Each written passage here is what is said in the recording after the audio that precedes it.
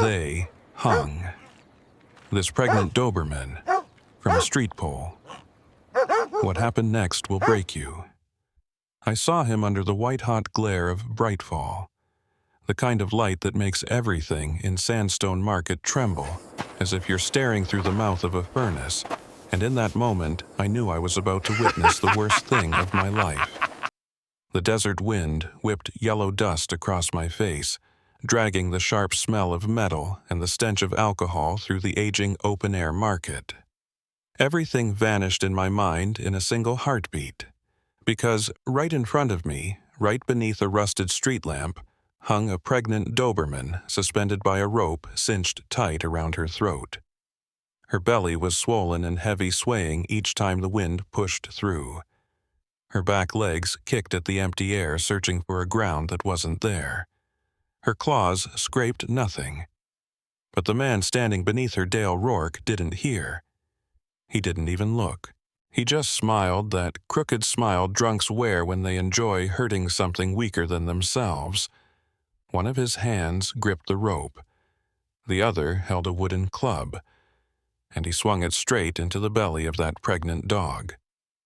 Each strike cracked through the desert like wood hitting stretched flesh sharp enough to ripple the dust at my feet. Her belly jerked, her whole body shuddered as if she might split in half. The rope bit deeper into her neck. No one moved. A man nearby shrugged. His business, not mine. A woman turned her face away but didn't leave. A kid snickered, holding up a phone like he was filming a circus trick. And that Doberman, later I would name her Mira, let out a sound I swear I still hear. Even now, the sound of a creature carrying lives inside her, strung up like trash and still trying to survive one more second. I stood less than 10 feet away, and the only voice I heard in my head belonged to Margaret.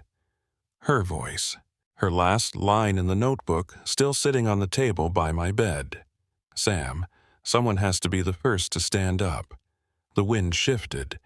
Dust spiraled around Dale's legs like a warning the desert itself wanted to give him.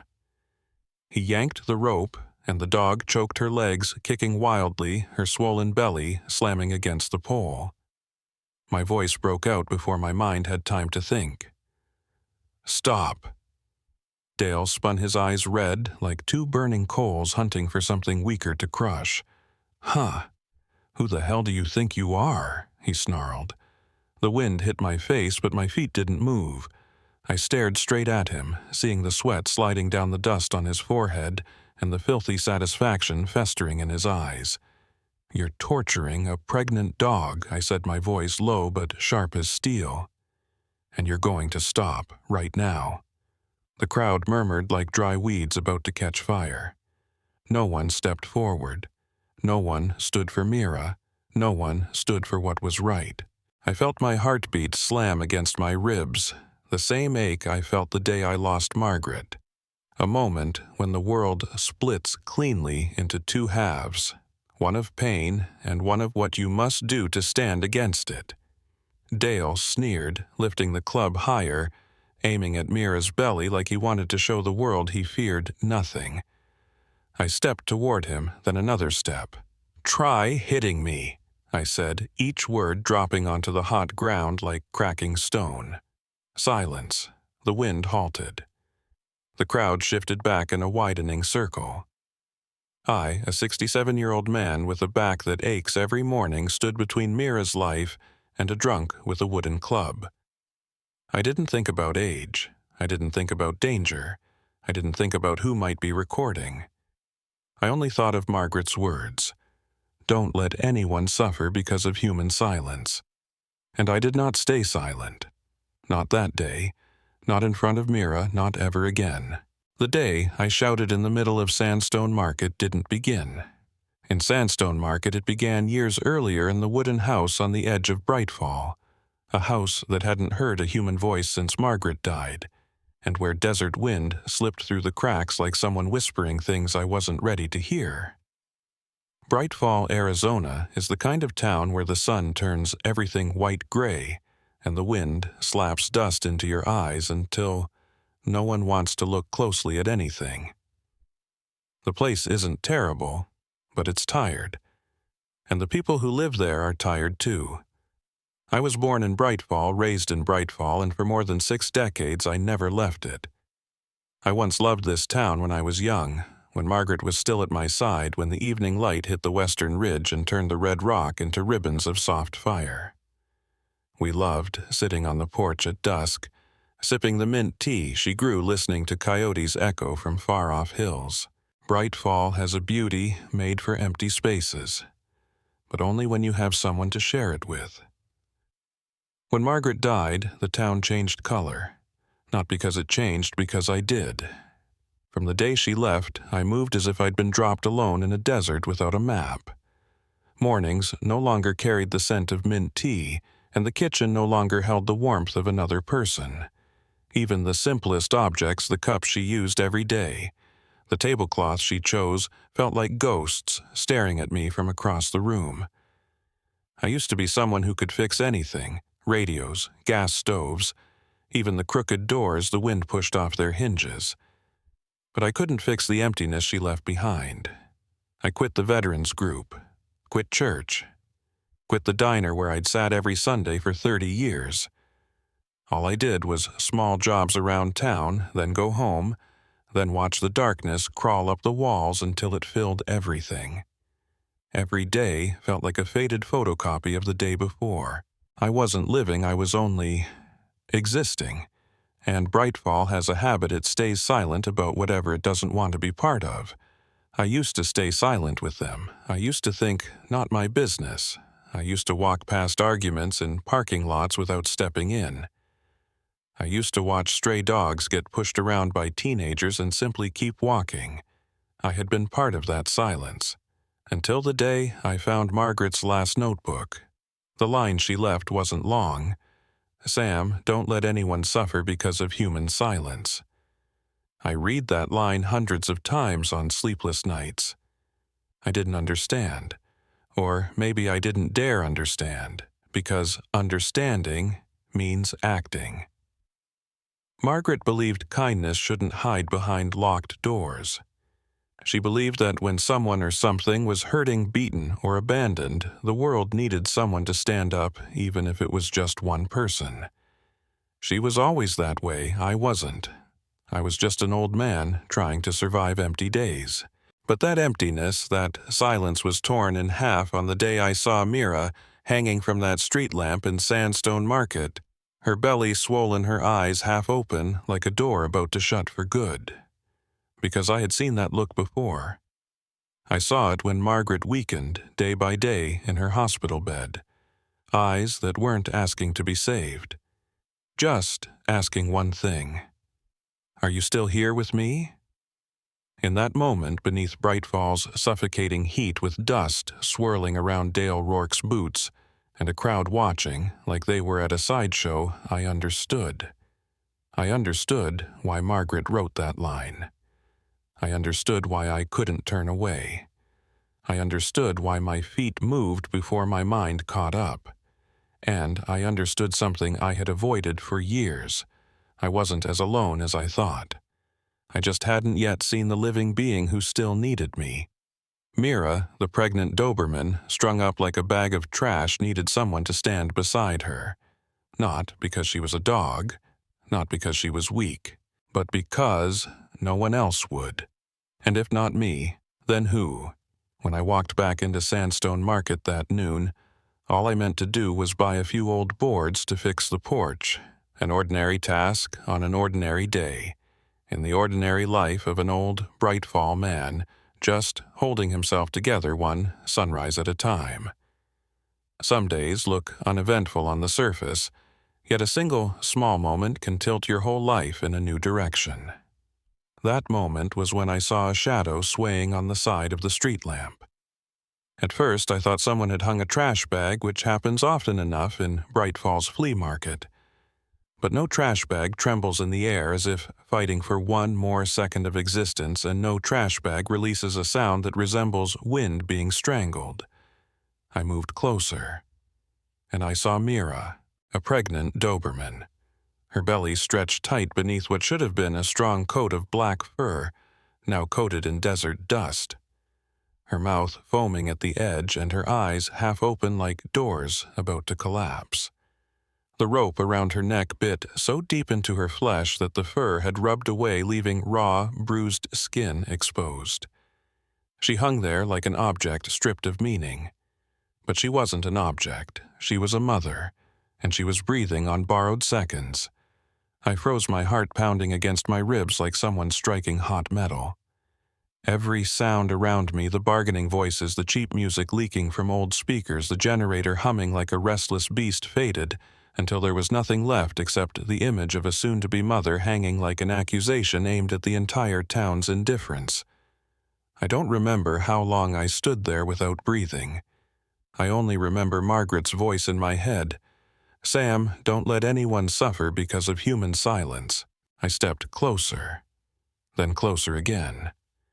And that was when Dale Rourke stepped into view, more accurately staggered out from behind his junk booth, his shirt stained with sweat, his face red with liquor, and that crooked smile worn by men who enjoy the suffering of whatever stands below them. He held a wooden club, and he swung it into Mira's belly like he was hitting an old punching bag. Her body jerked upward with the force of each hit. Her belly convulsed. The rope snapped her neck back. Mira didn't howl, didn't bark, didn't scream. She only breathed, then tried to breathe again, as if breath was the last thing she still had to claim as her own. I felt the bones in my hands tighten as I watched. A part of me wanted to charge him, wrap my fingers around his throat, and make him feel exactly what it meant to be hung by a rope. But another part, the last rational piece I had forced me to study the scene to understand what I was stepping into before making a mistake that couldn't be undone.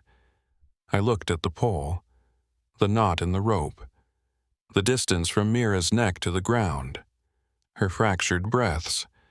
I understood instantly she didn't have much time, and the lives inside her had even less. I moved toward Dale. "Put the club down," I said, my voice low but hard as heated iron. He turned, red eyes, alcohol on every breath. "What do you want?" he growled. "I want you to step back," I said. "Now." He burst into laughter. But while he laughed, I stepped closer to Mira. I saw her neck twitch each time the rope tightened under the weight of her pregnant belly. She looked at me, just a faint, fragile glance, but inside that glance was a silent plea I had once seen in Margaret's eyes when she knew her time was slipping away. No one else heard that plea, but I did. I lifted a hand and rested it lightly against the pole, trying to steady my own breath. I knew I had only seconds to choose remain still, like Brightfall had taught me my whole life, or step forward. I brushed my fingertips against Mira's leg. She trembled, but she didn't pull away. She wanted to live, and that was all I needed to know. I looked Dale straight in the eyes and said, "I'm not letting her die here." The entire space fell still. The market froze. Even Brightfall seemed to hold its breath. And then I moved to cut the rope. The moment my hand touched the knot, my life split open in a direction that had no path back. I touched the knot on the street lamp, and the moment my fingertips felt the weight of the rope, Dale understood I wasn't just speaking up anymore. I was getting ready to act. The shout tore out of him, raw and drunken. "Don't you touch it!" I didn't answer. I pulled the rope down to ease the pressure on Mira's neck. Her body slid into my arms, lighter than I expected, so light it felt as if I was catching a creature fading out of this world one breath at a time. A swing of Dale's club came crashing toward me. I shifted aside on instinct, my left arm closing around the pregnant dog's trembling body, while my right hand held the loose rope to keep her from dropping onto the burning ground. The crowd erupted in scattered voices, some backing away, others raising their phones a little higher. No one stepped forward. "That's Brightfall for you." Dale lunged, his face blazing red. "Put it down. It's mine. No, not like this." My voice came out lower than I expected, almost like a growl rising from my chest. I cut the final knot and gathered Mira into my arms. Her body shuddered in waves, her swollen belly tightening beneath my hands as the lives inside her twisted. With each fractured breath she fought to take. A weak breath escaped her hot, damp trembling, and a small sound followed like paper tearing in the wind. I held her tighter. "Mira, I'm taking you out of here. Right now." Dale charged with the club raised high, but the sound of a police siren cracked through the dust road at the end of Sandstone Market. The noise sliced the air like a blade cutting through rope. He froze. Sweat slid down his furnace-red face. I didn't wait. I turned, carrying Mira through the narrow lane between market stalls, feeling the heat of her body radiating like fever. With every step I ran, I felt her heartbeat thump against my chest, sometimes strong, sometimes fading, sometimes barely there at all. My truck, a 1985 Ford Ranger, sat in the thin shade of a torn tarp. I elbowed the passenger door open, laid Mira on the seat, and held her head so her neck wouldn't fold. "Stay with me, Mira. Not now. Not like this." I hit the gas. Brightfall's yellow dust rose behind us in thin clouds, twisting upward like smoke from a fire. The road to Red Mesa Veterinary Clinic wasn't long, but to my heart it stretched out like miles. Every pothole jolted the truck, and each jolt made Mira spasm, her belly tightening beneath my steadying hand. I felt the contractions, ones that weren't hers alone. "No," I whispered, "not today, not this way." When we reached the clinic, I practically jumped out of the truck. I lifted Mira into my arms and ran straight for the glass doors, pounding hard as if I were dragging a dying friend out of the dark. The door swung open. Dr. Elena Foster appeared, her blouse half-buttoned and hair wild from a long shift. Her eyes locked on Mira, and in half a second urgency replaced everything else. "Sam." "Oh God, get in here quick." She yanked the metal table out, switched on the overhead light, and shouted toward the back prep, "Oxygen obstetrics kit. High-dose IV now." I laid Mira on the table. She flinched from the cold steel, her instinctive fear running down her spine like an electric wire. I steadied her head. Elena slipped the oxygen tube into her nose, started the IV, and placed the fetal monitor on her swollen belly. She looked at the screen, then at me. "Sam." She wasn't just hung. She took direct blows to the abdomen. The pups might already be affected. My chest tightened. I braced myself on the table. "Elena, please, save her. Save all of them." "I'll do everything I can," she said softly. "But Sam, tonight is going to be long and dangerous." I placed my hand on Mira's head. She opened her eyes, just a sliver cloudy, frightened, flickering. But when she saw me, she blinked. A tiny sign, but hope often starts small. Outside, the desert wind hurled yellow dust against the glass as if someone was knocking to come in. Inside, the stark white light washed over Mira, a trembling body carrying other lives inside her, fighting every second just to stay here. Elena looked at me. "I need you here. She needs an anchor." I wrapped my fingers gently around Mira's front paw, squeezing just enough to let her know she wasn't alone. "Sam." Elena said quietly from this moment on, "Every breath she takes matters." I looked at the dog lying there gasping for life and spoke loudly enough for myself to hear it too. "I'm not leaving her. Not now. Not ever again."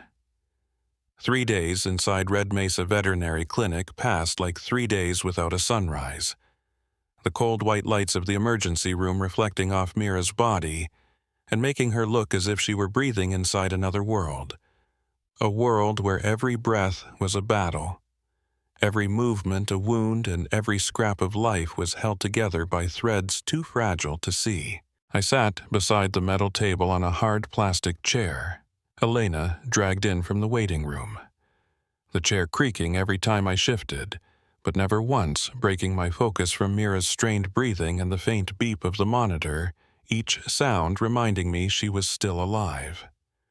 On the fourth day, Mira opened her eyes. Not wide, just a thin sliver.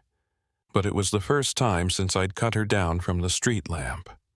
Her eyes were cloudy and exhausted, shimmering faintly like they still carried Brightfall's yellow dust, and when they met mine, even for a second, it felt as if someone lit a lamp inside my chest.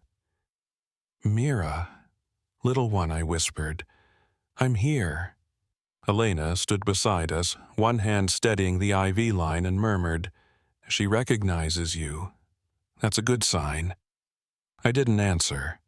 I lifted my hand slowly, letting her see it first, letting her watch my breath, letting her feel my presence before I got close enough to touch. When she didn't flinch or cry out, but only trembled lightly, I rested my hand on her head a touch softer than I believed these old hands of mine could manage. She exhaled, a quiet breath, but it sounded like I'm still here. That afternoon, Elena handed me a bowl of thin porridge. Try to see if she'll eat. If we're lucky, she might take a lick or two. I scooped a small portion and held it close to her mouth, and at first she turned her head away.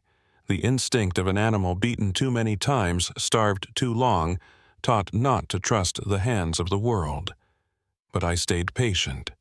"Mira," I said, my voice low and rough. "This isn't a stick. It's food, and you need it to stay alive." I brought the spoon closer, slower, steadier. Mira parted her lips and took one small lick. Just one. But to me it was a miracle.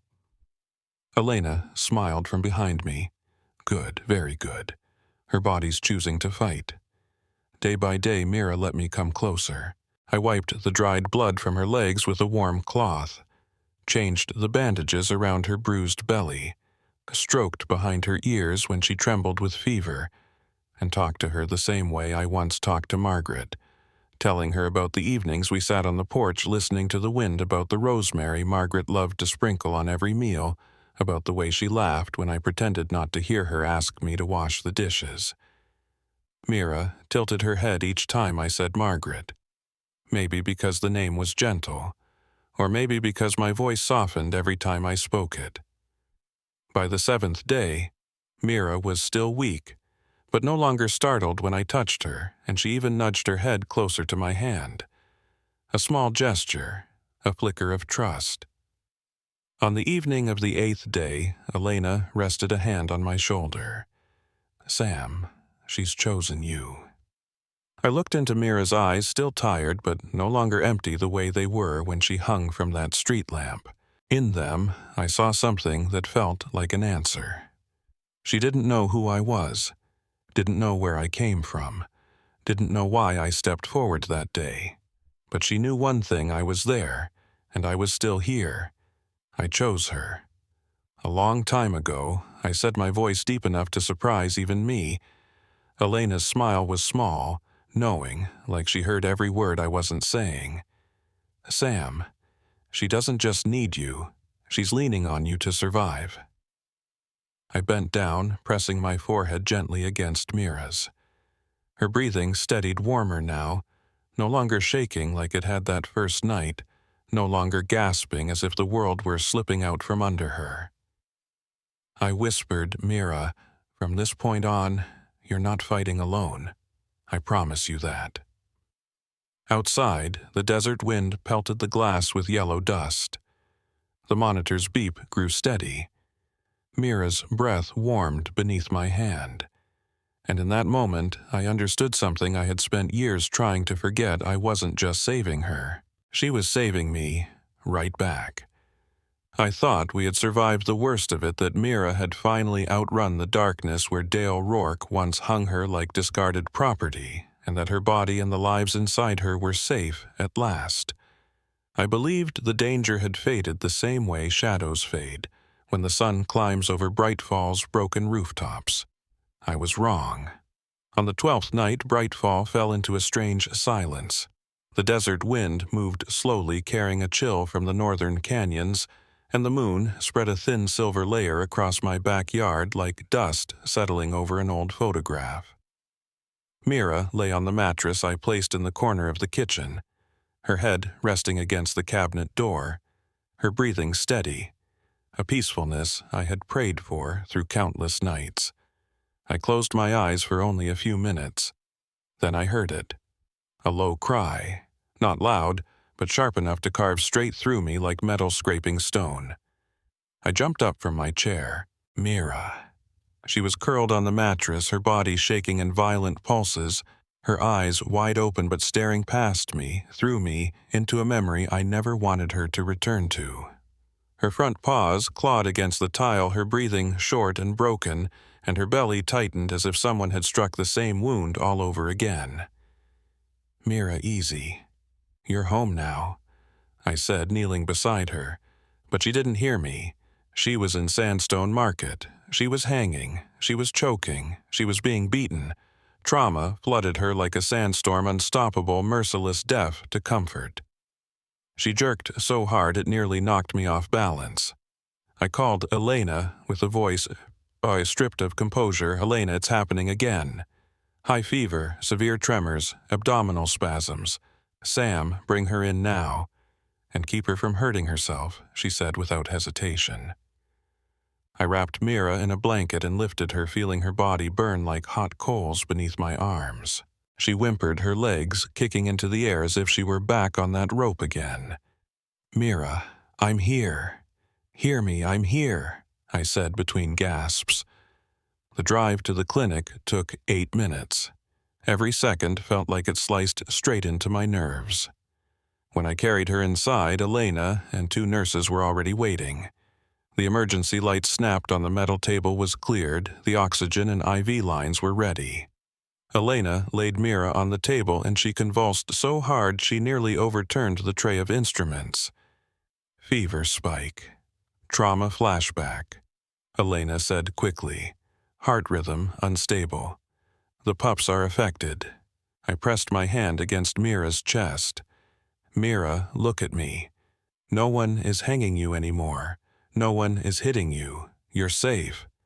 But she wasn't with me. She was back under that rusted street lamp in Sandstone Market. Sam, Elena, said, "Don't take your hands off her. She needs an anchor." I held her head in one hand and steadied her spasming belly with the other. "That's it. Easy now. You fought your way this far. Let me take the rest," I whispered. 2 hours crawled past, long as 2 years. Each convulsion weakened. Her breathing slowed into uneven but steady waves, and her eyes, still cloudy, still exhausted, finally focused on me again. Not through me, not into an old nightmare. They saw me. I bent down until my forehead touched hers. "Mira, it's over now. You made it." Elena exhaled softly. "Sam," she pulled through. "But part of that is because of you." My arms braced against the table, my legs barely strong enough to hold me up. And Mira nudged her head toward my hand, a tiny motion, but one that filled my chest so fast it almost hurt. "Sam," Elena said gently, "she needs a ritual, something to mark that the past is over." I looked at Mira, her body still marked by wounds, but her eyes no longer drowning in fear. "I know what to do," I said. 3 days later, when Mira was strong enough, I lifted her into my truck and covered her belly with a blanket. We drove back to Sandstone Market, the exact place where she'd been hung. I didn't bring Dale's old rope. I brought a new one, soft, clean, meant for walking a dog, not breaking one. When we reached the street lamp, Mira hesitated. She trembled once, then looked up at me. "I'm here," I said, resting my hand gently on her head.